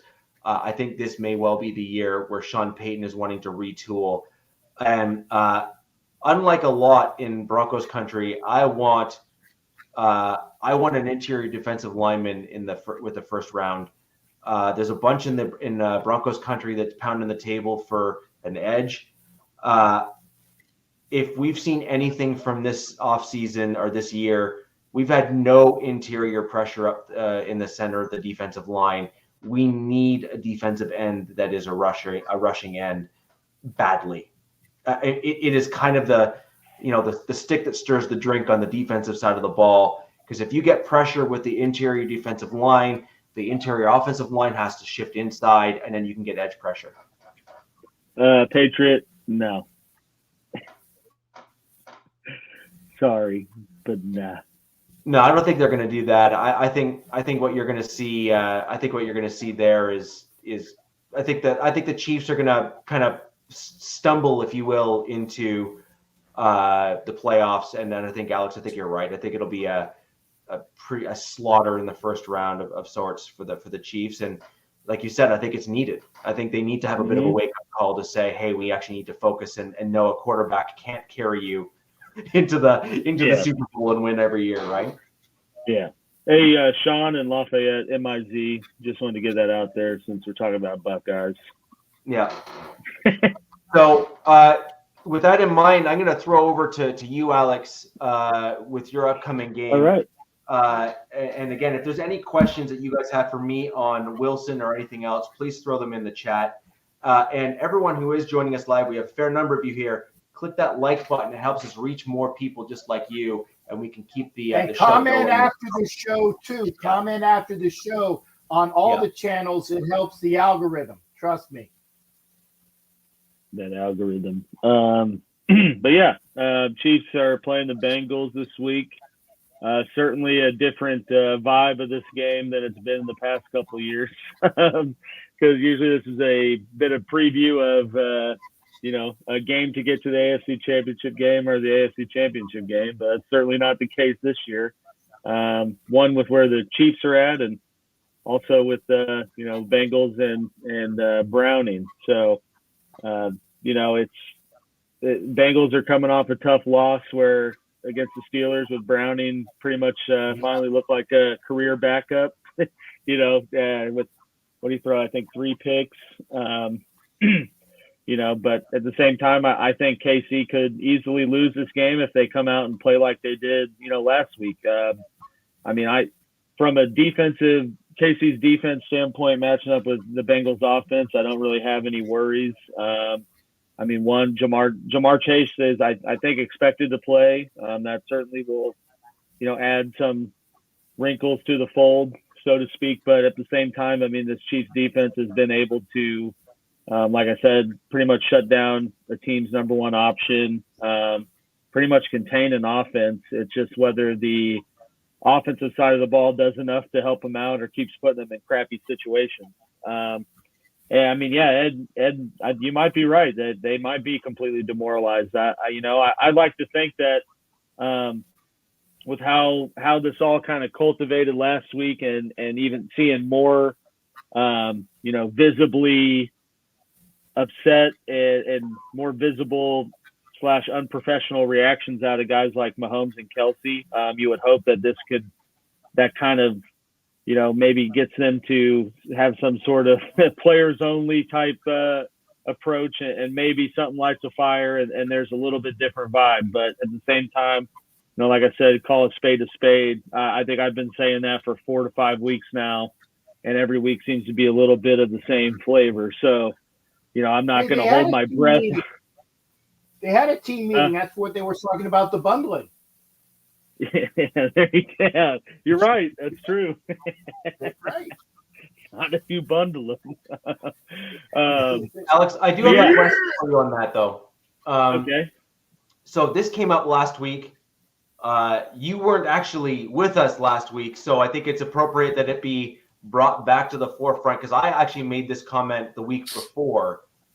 At this point, why are you guys not just bringing in wide receivers and kind of bringing them into your practice squad, churning them up and making them active for game day in hopes that you find a gem in there for the last 2 or 3 games? Like, at this stage here, do you really have anything to lose given the production you're getting right now? What's even out there? I get doing something like that if like you're 5-10 and certainly out of the fold. But facts still remain, they're number 3 right now in the AFC. Like, they're still very much in control of their destiny. It's not like it's done. So I think we have seen sort of a piece by piece shift, and like MVS is obviously way less involved. Tony has been inactive for the last 2 games. You've seen them take different approaches with, Clyde Edwards-Helaire, McKinnon, using them more in the passing game. But I think at this stage of the season, it's hard to just sign someone off the street and they're going to fit into the fold better than what's out there. So I would like for that to happen, but that's something that's at this stage got to happen in the off season, where I fully expect, I think outside of Rashee Rice, you're probably not seeing any of these other guys in the wide receiver room this next year. That's like I said, they're leading the league in drop passes. Mahomes is clearly a different QB in the way he approaches the passing attack. I think in that Raiders game, I made the comment more than 5 times that he holds on to the ball way longer than he used to, and it's clearly because he doesn't have trust in anyone, not named Kelsey or Rice. And then even then, I think he second guesses himself sometimes with, like he's leading the league, or he has the most interceptions he's had in his career. I don't think he's leading the league, but he's definitely up there with 14. But at the same time, that's not on him. Like, not all 14 of those are terrible reads or, a route was jumped. A lot of them are someone bobbling the ball or someone, not catching it and then batting it up for the defender to just take it. So yeah, like I think that there's definitely going to be an overhauling in that regard. But it's too late in the season to do that now, or to find really a viable option off of the street or off someone else's practice squad that's going to come in and make a big difference. but that's just the way it is right now. But well, see, I kind of disagree with that. I mean, right now you have at least 2 wide receivers that literally cannot actually catch the ball. They literally have a single job. Actually, sorry, 2 jobs: run the route and catch the ball.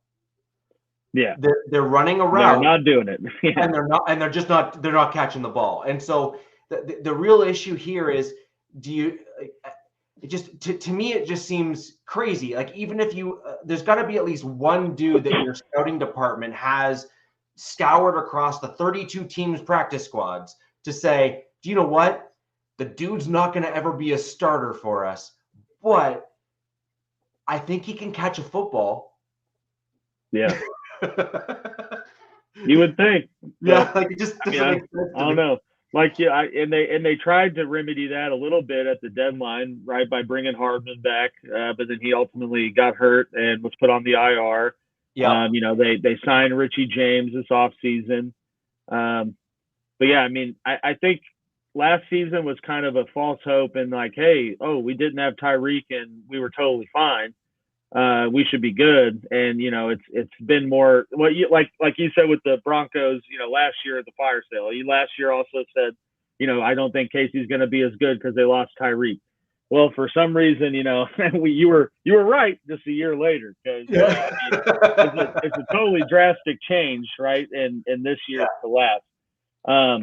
But yeah, I mean, going back to this Bengals game, it's obviously, it's a crucial game for both teams. If the Bengals win, they're in the playoff hunt. If they don't, they're out. And KC, it's kind of it's a must-win game for KC from my standpoint. I mean, at this stage, I think any game's a must-win with only 2 left. But obviously, it's more of a, you got to stop the bleeding at this point to get into the playoffs, and then anything can happen. So, it's certainly going to be a tough matchup, because Bengals kind of have nothing to lose. Backup QB still in the playoffs. Like, if we don't win, hey, we didn't have Burrow. If we win, holy shit, we won. It's kind of they're going to bring everything. Like I said, I'm not really worried about the defensive matchups on the offense. Cap, you're muted. Sorry.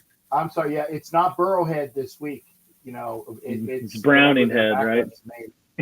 Browning Head, yeah. Not Burrowhead this week. But, yeah. And again, they're playing fast and loose, kind of like what the Raiders were playing, since so they have nothing to lose. And they're going to go all out. It's just a matter, do they have enough horses to beat the Chiefs if and I say if they're down. If they shake it off, it'll just be another, yes, I did that deliberately. If they shake it off, it's just another game, and they'll be back in the saddle. But we'll see what they have to do. But that's the thing, though. They can't afford to be down. I know I read this stat earlier, but they are 1-4 in games when they're trailing by double digits, and they have no fourth quarter comebacks this year. They're literally one of 2 teams to not do that this year, which is wild to think, because I know in games they'll pull up Mahomes' resume. Yeah, literally. That's the magic of Mahomes, is that it doesn't matter what he's down, he usually finds a way. But yeah, I mean so this is a must win, and they can't come out like they did against the Raiders. John kind of alluded to it. I mean, one of my keys of this game, is every game, but O-line has to step up way more than they have, and I know that they can do that, because at least I think through week 8 they were one of the better units in the league in terms of giving up sacks and overall pressure. But then against the Raiders, you're looking at 4 sacks and 10 QB hits total, and Mahomes had to literally, look like somewhat of a kid with his parents' phone running around trying to get to the first down marker, just to move the ball. So, O-line definitely has to step it up, but I do think that, the Raiders' edge presence and overall, pressure approach is way better than the Bengals. The Bengals have Hendrickson, and that's about it. And he got hurt in last game, and I think he's questionable. So that certainly can change the aspect. But big O-line game. And then, it's tough to admit, but Mahomes himself has to play better.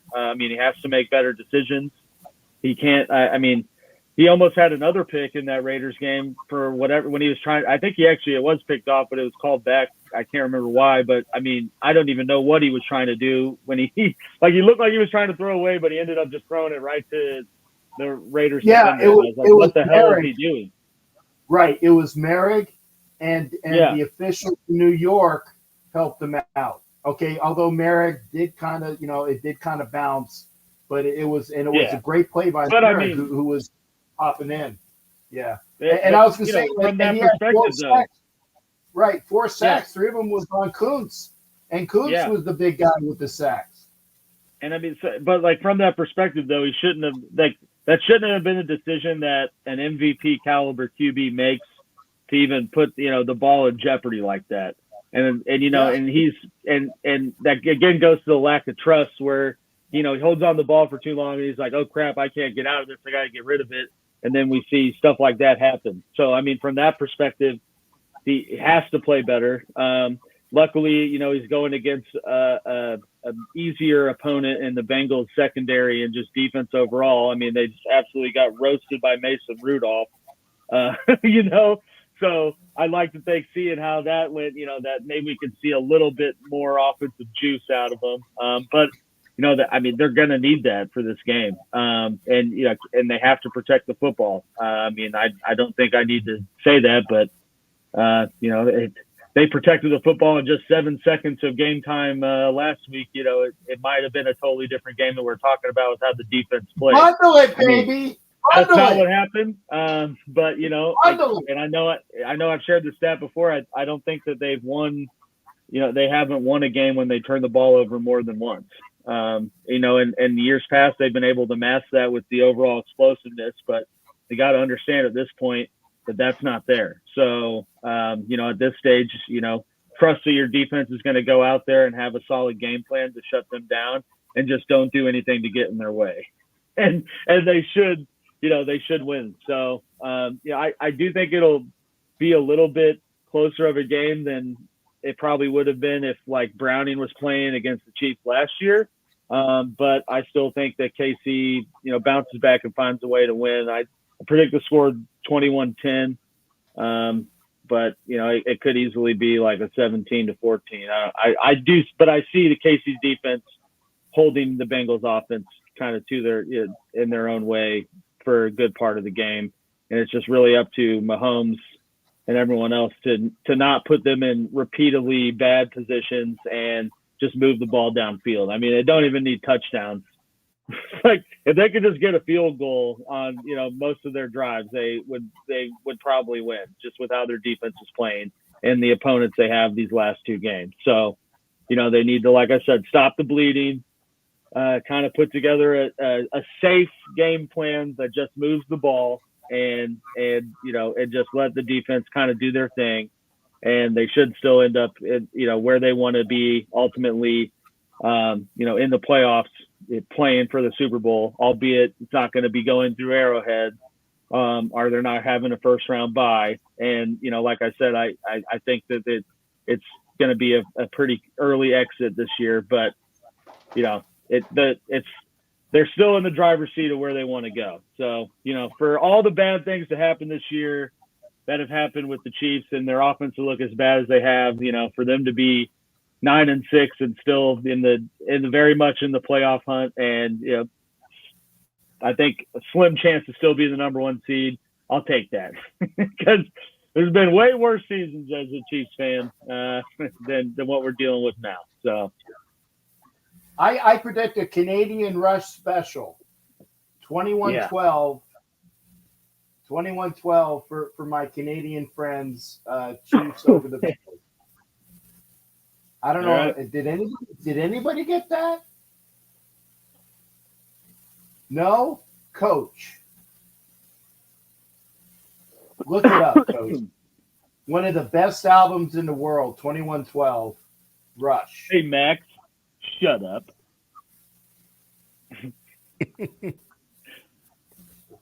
So, Captain, with that in mind, we're going to throw over to the Raiders game and get your take on kind of where you think that's going to land for your team coming up. Let's see what you where you think you guys are going to land this week. Like I said, we got a double horse special to end the season, stopping in Indy, and this is actually playing out similar to a couple seasons ago when Bisaccia had to win the last couple games. The second to the last game was in Indy. I was at that game. Unfortunately, I'm not at this game. Hollywood is, so you'll see Hollywood on TV. Trust me. If you ain't seeing me, you will see Hollywood, my protege and partner in crime. I think that with the high that the Raiders are on, I think the trap game is actually going to be the last game of the year. I think it's going to be when Denver gets to Vegas, because Denver has never beaten the Vegas Raiders. I think that's the trap game. I think the Raiders win in Indy. It's not going to be easy because Gardner Minshew has been playing well. Yeah. And the Colts defense is nothing to sneeze over. And the Raiders and Colts games have historically been tough anyway. Okay, the two that I've been at where the Raiders both won, they were both very close to the vest games. Okay, I think Brissett played at the first one a couple years ago, and the Raiders won on a pick at the very end. The safety whose name escapes me took the game and they won on that one. And then the playoff game, or the game that got us into the playoffs before we beat the Garglers, when we had to win. I had to, coach. Where they went into Indy and I was there front row. They played well enough to win.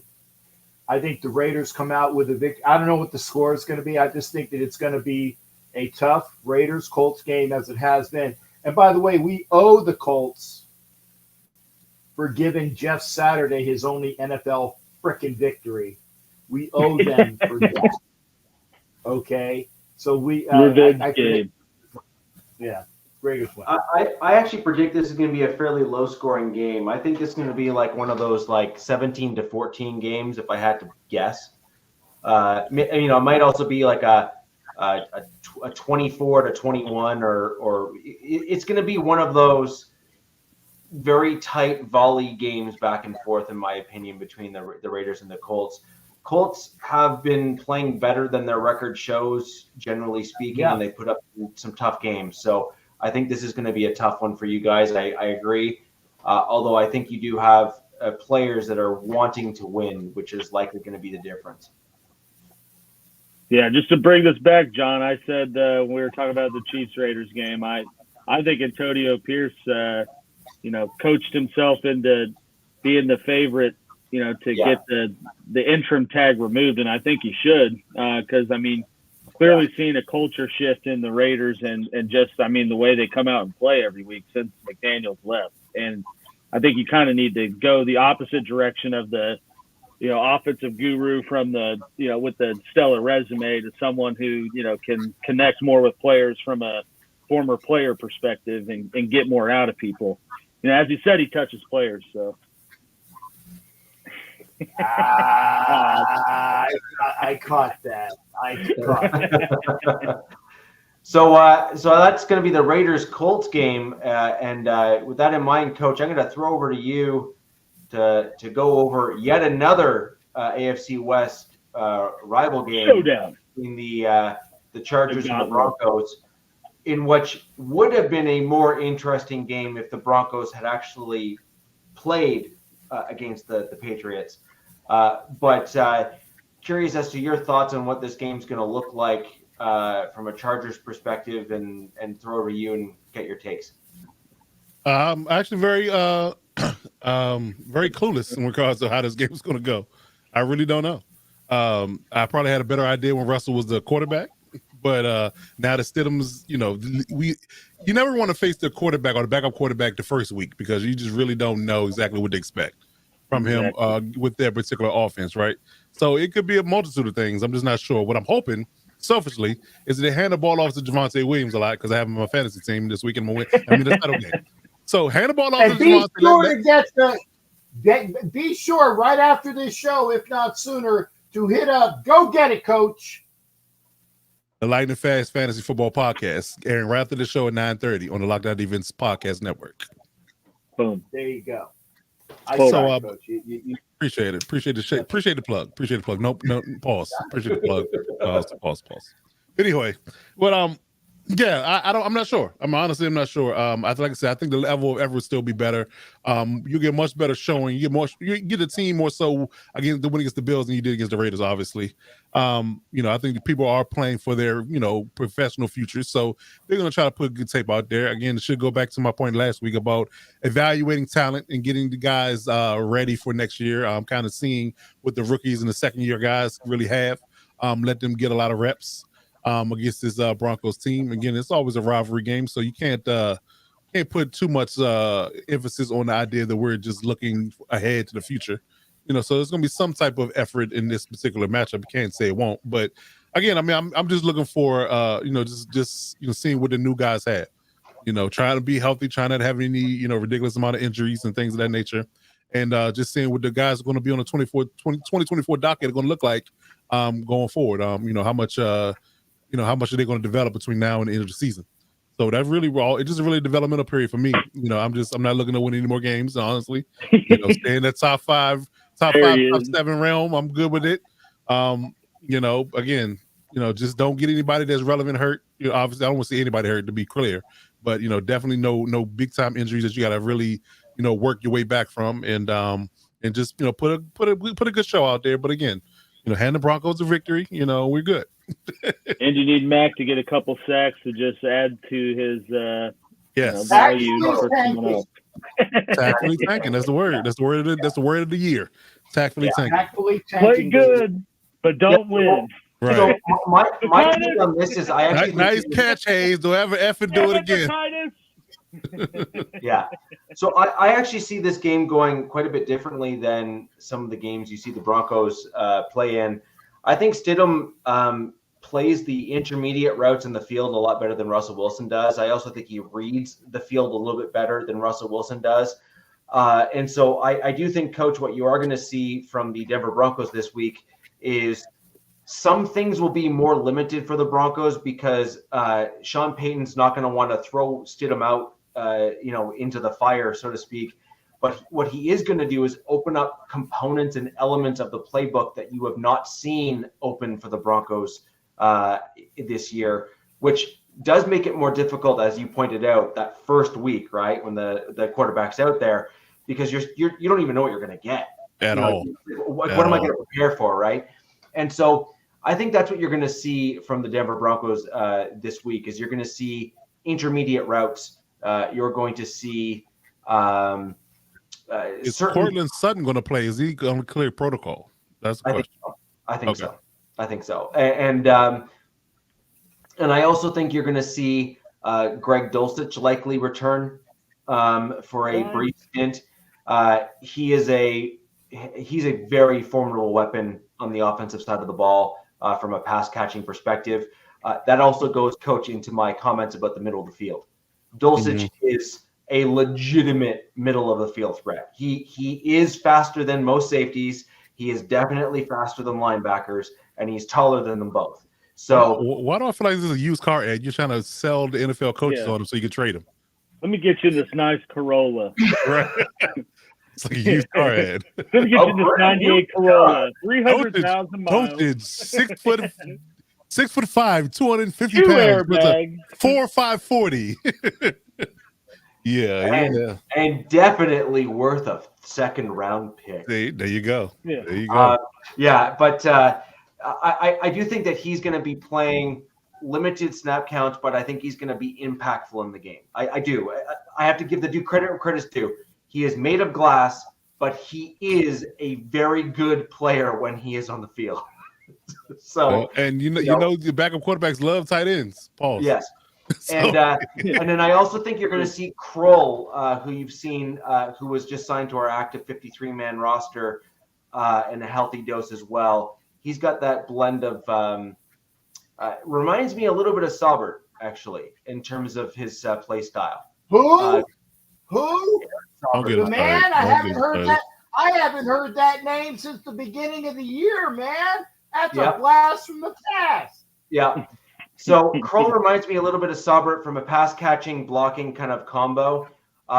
He's the guy that I thought Adkins was going to turn into this year, although Kroll has actually turned into that type of player for the Broncos. So I think he's going to be another guy that I think the Chargers is going to struggle a little bit with. He caught that really nice deep ball against the Patriots near the right sideline there. Great catch by him. And I think we're going to start seeing him worked more into the offense as well. So I just think it'll be the middle of the field that'll really give you guys fits. I think we're also going to end up with the tight ends being used more by Stidham because he's a taller quarterback, more likely to climb the pocket to throw the ball as opposed to Wilson liking to scramble and throw only to the outsides. And I think that's really where we're going to see, the game change is just plays will develop now as opposed to being forced and scripted more than they have been in the past. And then I think, Captain, I think that's where your comments earlier about the last game for your team is going to come in, where I think that as Stidham builds on the Chargers game, which I do think the Broncos will win. I don't think it'll be a blowout, but I do think the Broncos will win. But I think that's where it's going to be really interesting. I think it's going to be once Stidham gets that game under his belt and starts to kind of figure some stuff out, and Sean Payton and he are able to have kind of the second meeting after he's put tape and film out there.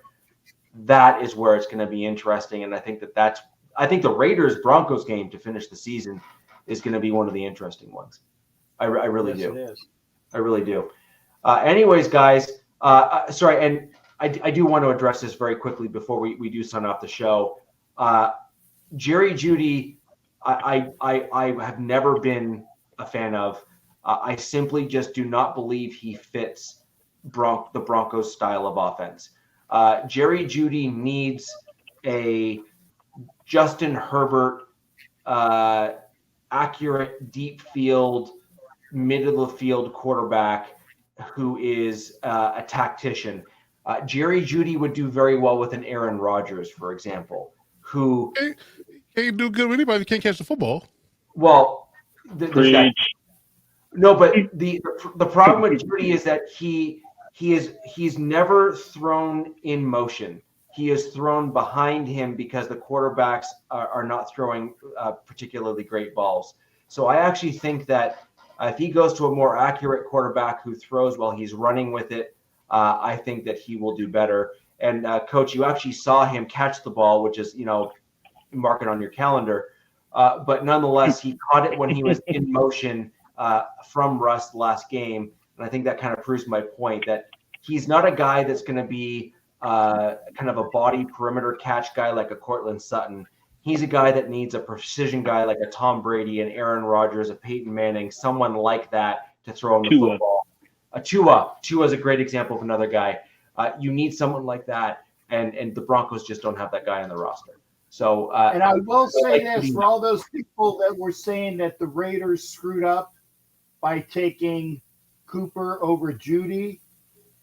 You saw how Cooper blew out those stats with the Browns. Okay, Cooper was in that. Cooper. I think you're talking about Ruggs over Jeudy. Right. It was Ruggs in that. It was Ruggs in that draft. But like I said, I still say he blew out something. Taking those Alabama receivers, it's either going to be gold or it's going to be crap. That's about the way it is. And Ruggs destroyed that, So again, sorry, this way it is. So, anyways, guys, that's going to do it for the show. I do predict a Broncos victory in the division rival game here. Right after the show, please jump over to the Lockdown Defense network there to go ahead and jump on the fantasy podcast with Givens and Coach Defense. Ladies and gentlemen, we are going to have a great recap show and some really interesting news at the end of the week 17 week here in the NFL. And until next week, where the West Side is the best side. Peace. Yeah.